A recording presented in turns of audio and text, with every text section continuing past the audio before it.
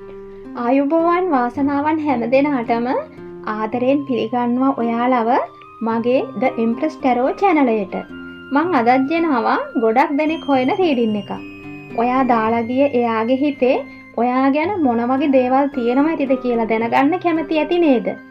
බලමුද card එකක් තෝරාගෙන ඔයාගේ සම්බන්ධතාවය හැර ගිය එයාගේ හිතේ සම්බන්ධතාවය තුළ තනි වුණ ඔයා ගැන මොන වගේ සිතුවිලිද මේ වෙන විට පවතින්නේ කියලා. තෝරගන්නකො මෙතනින් හිත යන පින්තෝරය. මං කියන්නම් එයාගේ සිතිවිලි හරියටම. යන්න ඩිස්ක්‍රිප්ෂන් එකට ටයිම් ස්ටැම්ප්ස් දාලා තියෙනවා. අදාළ අංකය මත ක්ලික් කිරීමෙන් ඔයා හැරගිය එයාගේ හිත කියවන්න පුළුවන් පහසුවෙන්ම. ඔයාගේ ෆයිල් එක සිලෙක්ට් කරගත්තා නම් එන්න යමු කියවන්න එයාගේ හිත. මුලින්ම ෆයිල් නම්බර් 1 තේරු අයගේ හැරගිය එයාගේ සිතිවිලි ඇහිඳිමු. ගන්නට සිදුවුනේ ගැඹුරු තීරණයක් වුණත් ඒකෙන් ඔයාටත් හොඳක් වෙයි කියලා එයා හිතනවා. එයාගේ අතර තිබූ සම්බන්ධතාවය සම්පූර්ණයෙන්ම අවසන් වෙලා තියෙන මේ වෙලාවේ ඔයා ගැන ආදරයක් නැවත ඇති නොවන බව එයා හිතනවා. ඔයාව රැවටුවා කියලා ඔයා හිතන වැඩි කියලා එයාට හිතෙනවා. එයාට හිතෙන විදියට ඔයත් එක්ක ගත කළ කාලය ගොඩාක් වේදනාබරව ගත වූ බවත් සම්පදතාවය නැවැත්තුව පසු එම තත්වයෙන් නිදහස් වෙන්න පුළුවන් වුණා කියලත් මෙයාට හිතෙනවා. ආපසු ඔයා ළඟට එන බලාපොරොත්තු නැහැ. ඔයත් සමග ගෙන ගිය සම්බන්ධතාවය නිසා එයා මානසිකව සම්පූර්ණයෙන්ම ඇද වැටුණු බව එයාගේ හිත පිළි අරගෙන ඉවරයි.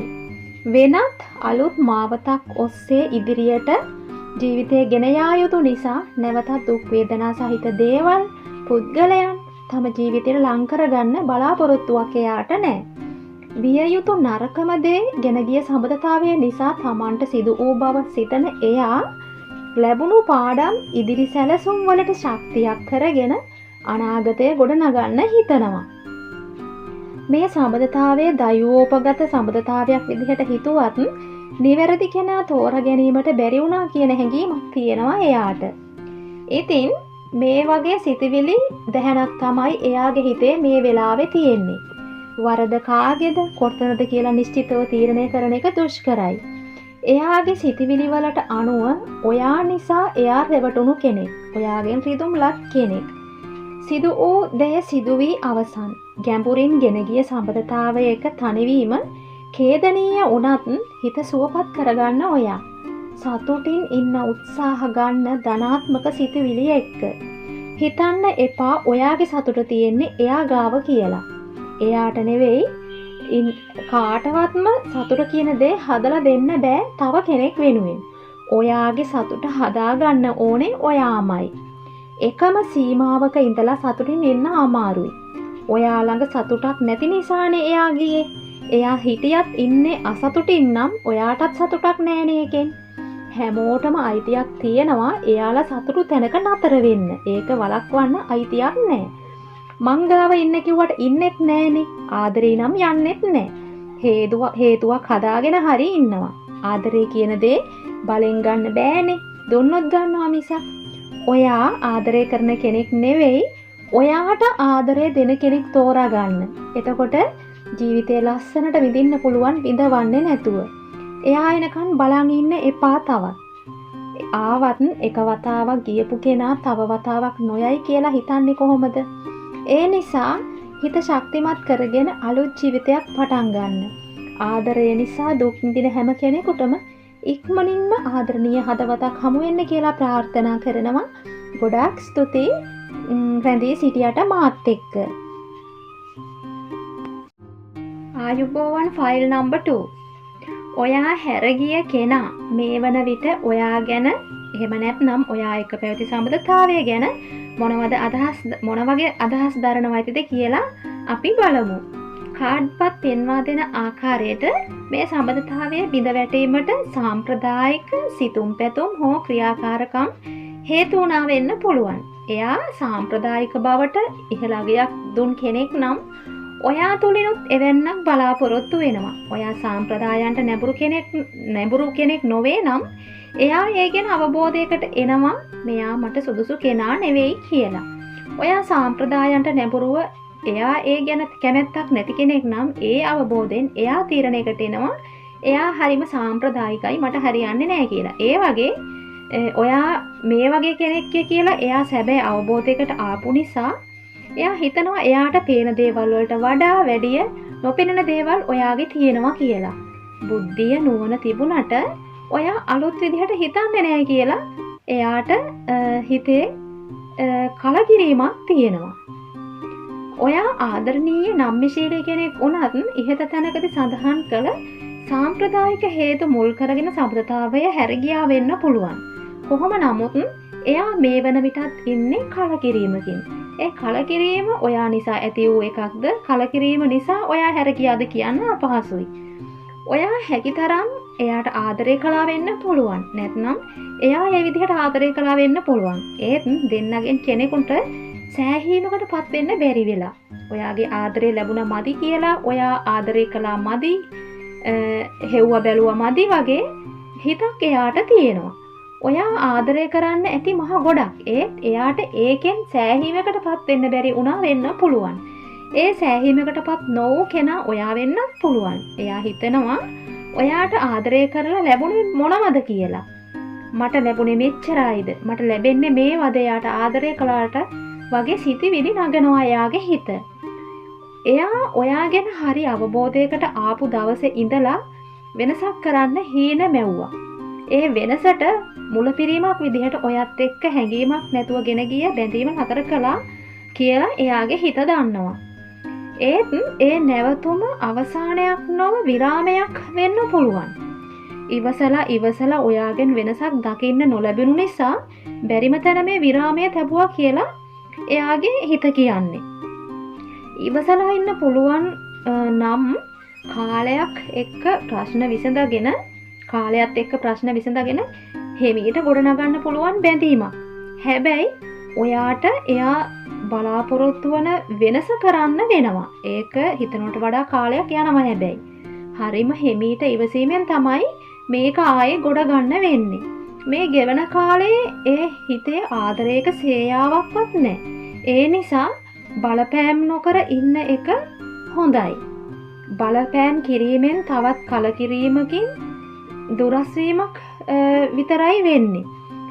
බලපෑම් කරනව වෙනුවට එයා බලාපොරොත්තු වුණ කෙනා ඔයා තුළ ඇති කරගන්න ඒ කාල සීමාව තුළදී. අලුත් විදිහට අලුත් සිතිවිලි එක්ක අලුත් පිටුවක් ලියන්න ජීවිතේ.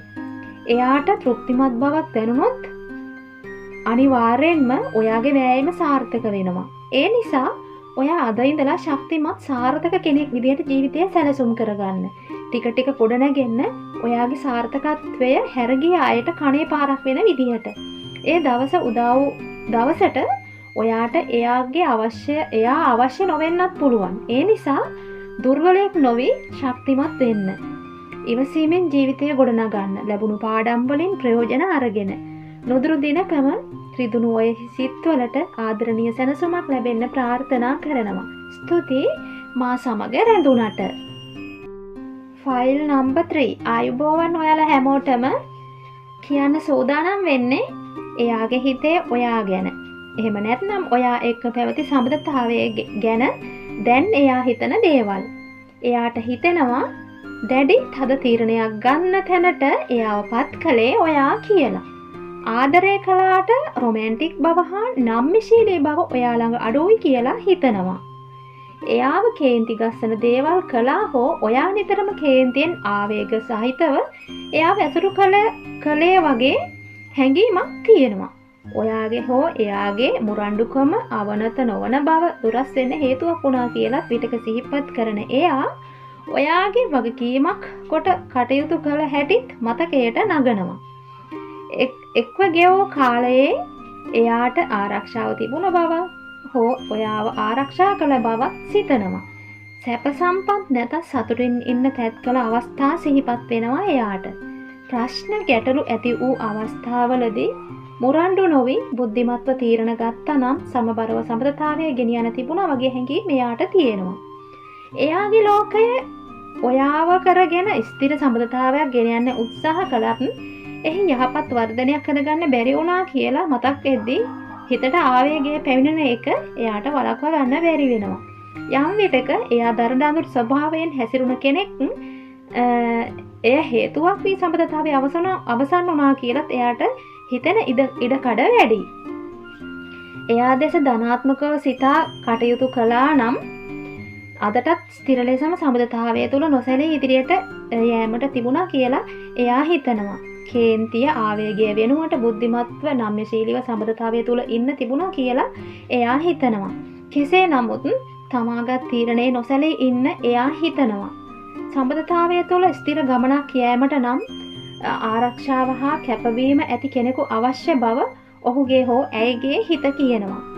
එවැනි දේවල් ඔයා තුළ නොමැති බව එයා නිගමනයකට ආවා කියලා මං හිතන්නේ.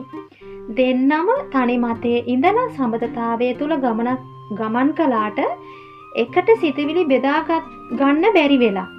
ඔයා ඔයාගේ ක්‍රමයට වැඩ කළා, එයා එයාගේ ක්‍රමයට වැඩ කළා කියලා හිතෙනවා එයාට.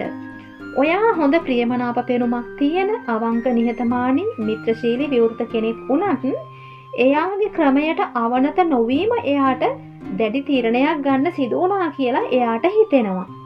සම්බන්ධතාවය තුළ සම්බන්ධතාවය ඉදිරියට ගෙන යෑමේදී අවශ්‍ය පැහැදිලි සීමාවන් ස්ථාවර සැලසුම් සම්බන්ධතාවය තුළ නොතිබූ බවත් තම ජීවිතය ගැන තීරණ ගන්න එයාට බලය අයිතිය තියෙනවා කියලා එයා හිතන නිසාත් ගත් තීරණය වරදක් එයා දකින්නේ නැහැ.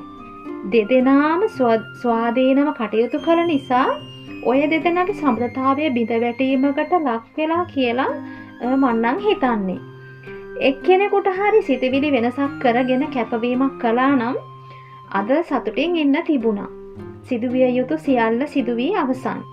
ඔයා දන්නවා ඔයාට ජීවිතේ ගෙවන්න ඕනේ ඔයාගේ ක්‍රමයට. වෙනත් අයට ඕන විදිහට ඔයාගේ ජීවිතේ ගෙවන්න ඔයා කැමති නැහැ. වෙනත් අයට සවන් දෙන්න කැමැත්තකුත් නැති නිසා ඔයාගේ මේ ලක්ෂණවලට කැමති කෙනෙක් තෝරගන්න බුද්ධිමත් වෙන්න. හැබැයි ඒක ලේසි කාරණයකුත් නෙවෙයි. හොඳම දේ තමයි සිතවිලි වෙනස් කරගෙන ඕනම අවස්ථාවකට මුහුණ දෙන්න පුළුවන් කෙනෙක් විදිහට හැඩ ගැසීම. බල අරගලයක් තිබුණොත් සම්බන්ධතාවය තුළ පැවැත්මක් නැහැ. ඒ නිසා අවශ්‍ය තැන්වල විතරක් බලය පෙන්වන්න. අවශ්‍ය තැන්වලදී නම්‍යශීලී බව, සංවේදී බව ඇති කරගන්න. අයිතියක් තිබුණු පමණින් නිතරම බලය පතුරවන ස්වභාවය සම්බන්ධතාවයක් දුර්වල කරනවා. සමබර පාලනයකින් ආදරය සෙනෙහස විඳින්න ඊළඟ අවස්ථාව සැලසුම් කරගන්න. ඉතින් එයාගේ හිතේ තියෙන ගොඩක් දේවල් කිව්වා.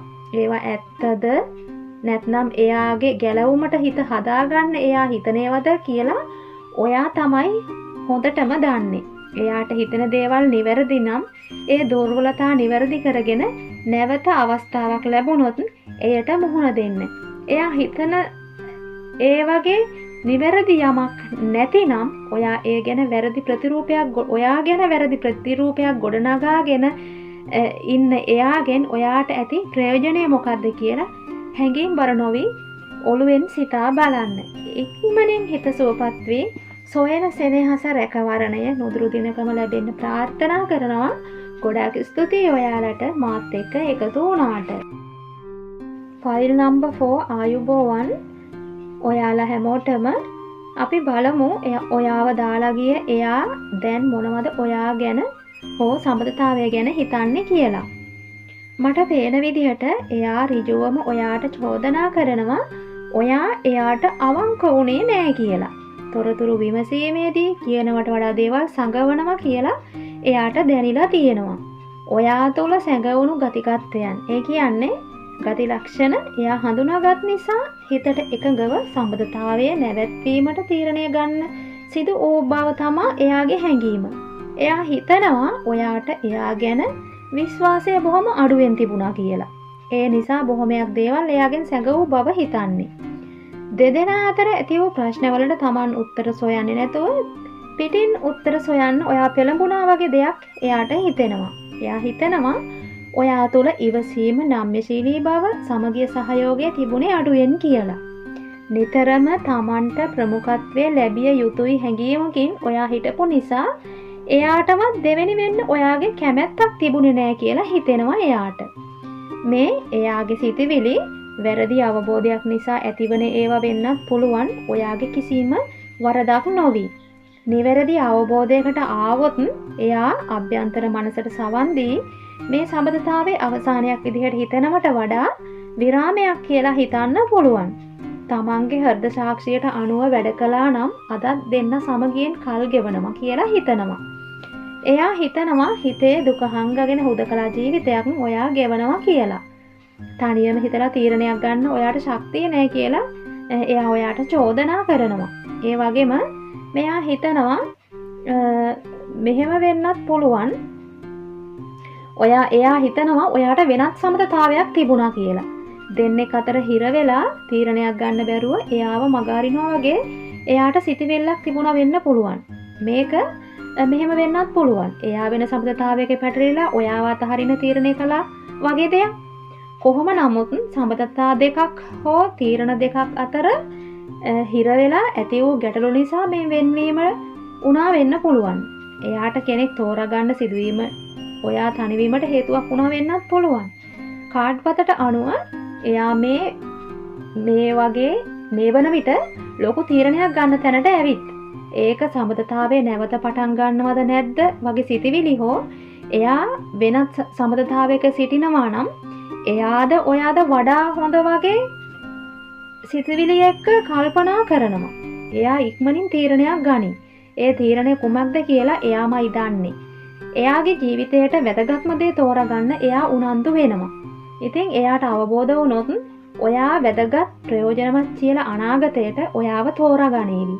යහපත් විදිහට හැමදේම විසඳිලා ආදරය නිසා දුක් විඳින හැම හිතක්ම ඉක්මනින් සුවපත් වෙන්න ප්‍රාර්ථනා කරනවා. ස්තුතියි ඔයාලට මා සමග එකතු වුණාට.